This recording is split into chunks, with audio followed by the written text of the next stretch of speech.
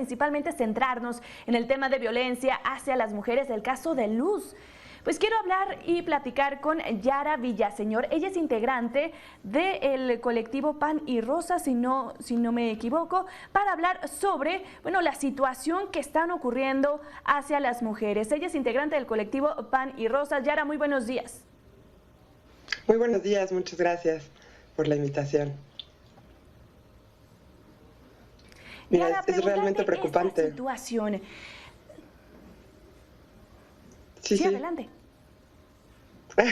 Me adelanté un poco. Es realmente preocupante, estaba escuchando el reportaje que hacían y bueno, es una situación que parece un verdadero cáncer en el país, se ha profundizado, no ha cedido en los últimos años, a pesar de todas las políticas públicas de seguridad que se han implementado, la violencia contra las mujeres, el feminicidio, la desaparición de niñas, mujeres, no mencionemos la situación que enfrentan las personas migrantes, pues continúa y me parece que es fundamental enfocarnos en tres aspectos. En primer lugar, la necesidad de desarrollar redes de apoyo para que cada una de estas mujeres, ¿no?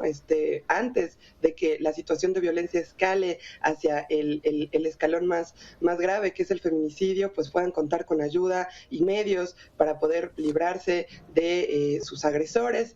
En segundo lugar, hay un verdadero problema vinculado a dónde van las mujeres que piden ayuda, que sufren abuso, puesto que los últimos meses ha habido distintos recortes, por ejemplo, para las casas refugio, ¿no?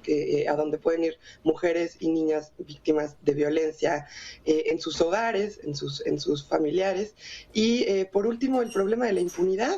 Como bien mencionadas, en todos estos casos, a pesar de existir carpetas, investigación, personal disponible, declaraciones por parte de distintos funcionarios, ¿no? Responsables de justicia, no se llega, ¿no? A dar ni con los responsables y sobre todo, más importante, más que castigar solamente a aquellos que son responsables de feminicidios en casos individuales, pues lo que no logramos es que se frene esta situación de violencia. Entonces, es fundamental la movilización de la sociedad civil, del movimiento de mujeres y la colaboración con estas distintas instancias para que la justicia no quede en manos de estas instituciones que muchas veces son las que obstaculizan los procesos de investigación y de justicia.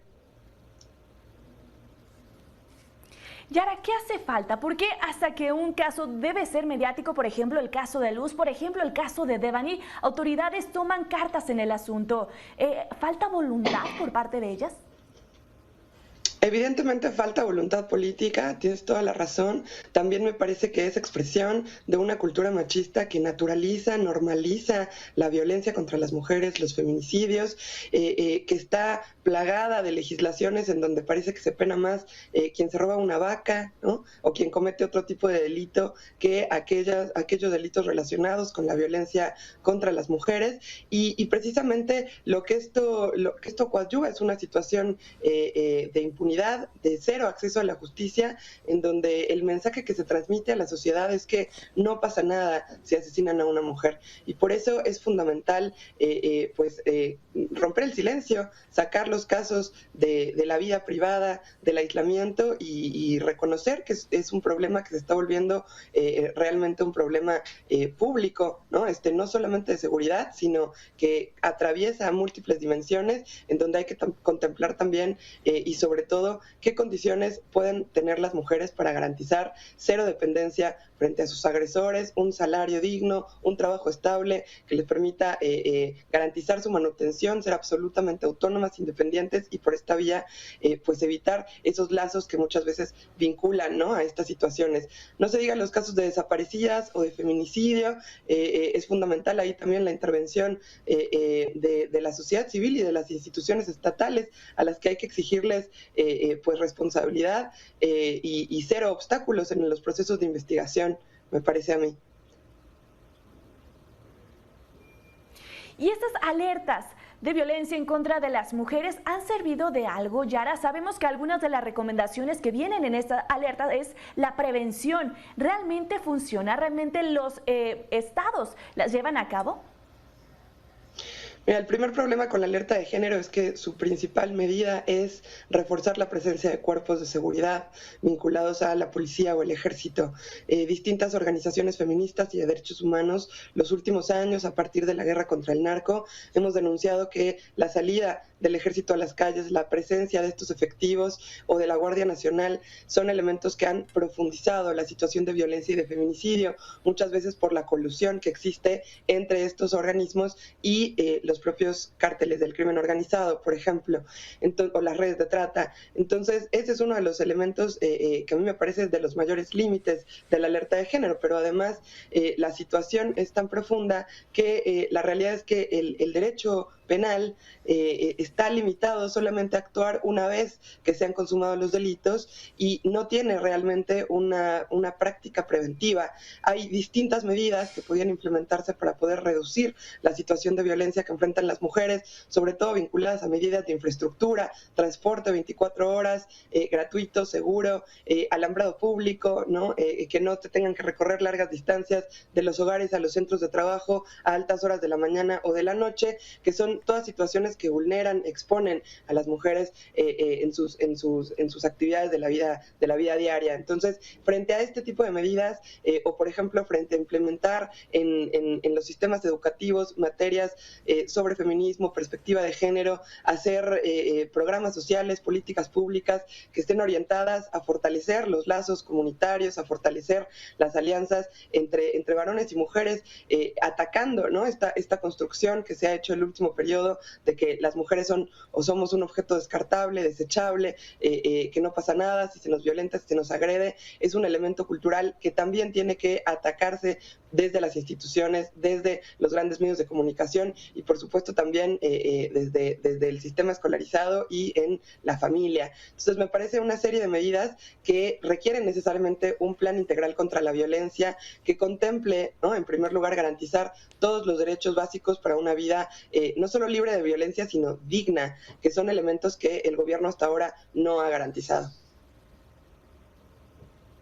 En conclusión, Yara, bueno, Luz contaba, o más bien pidió este mecanismo de apoyo que supuestamente estaban dando las autoridades del Estado y mecanismos que se replican de diferentes formas en diferentes entidades. Más allá de la foto, del discurso, ¿qué se debe hacer por parte de las autoridades, empezando por los estados, para prevenir?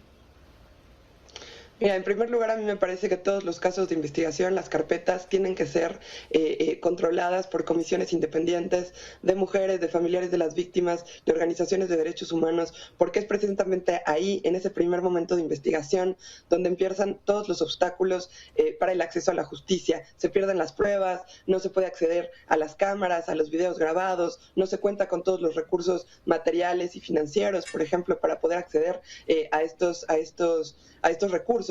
Entonces, me parece que las comisiones independientes son fundamentales para poder garantizar una investigación efectiva, ¿no? Y por otro lado, por supuesto, como mencionaba, garantizar las condiciones mínimas para una vida digna por parte de las mujeres, por supuesto, presupuesto a todo lo destinado a violencia, no solamente a los nuevos centros digamos, de seguimiento de denuncias, ¿no? En los módulos de violencia contra las mujeres que hay ahora en distintos ministerios públicos, sino también todo lo que hace a la vida cotidiana, poder garantizarla íntegramente para las mujeres, sobre todo las trabajadoras.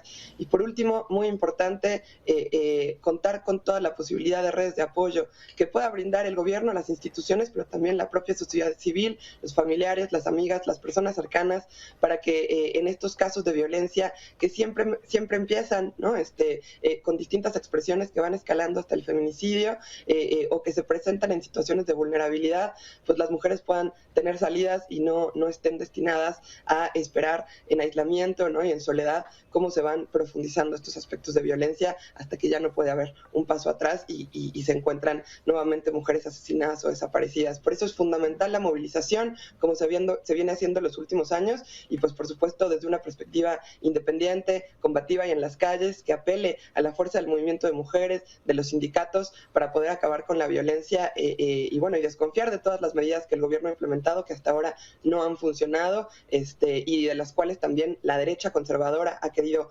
aprovecharse y montarse solamente para hacer política, ¿no? Para hacer un botín electoral de nuestras demandas. Me parece que estas son algunas de las conclusiones, no solamente para la política pública, sino también para todas las compañeras que enfrentamos esta situación día con día. Muchísimas gracias, Yara, por esta plática. Estoy segura vamos a volvernos a encontrar, pues, analizando este mismo tema. Excelente día. Igualmente, hasta luego.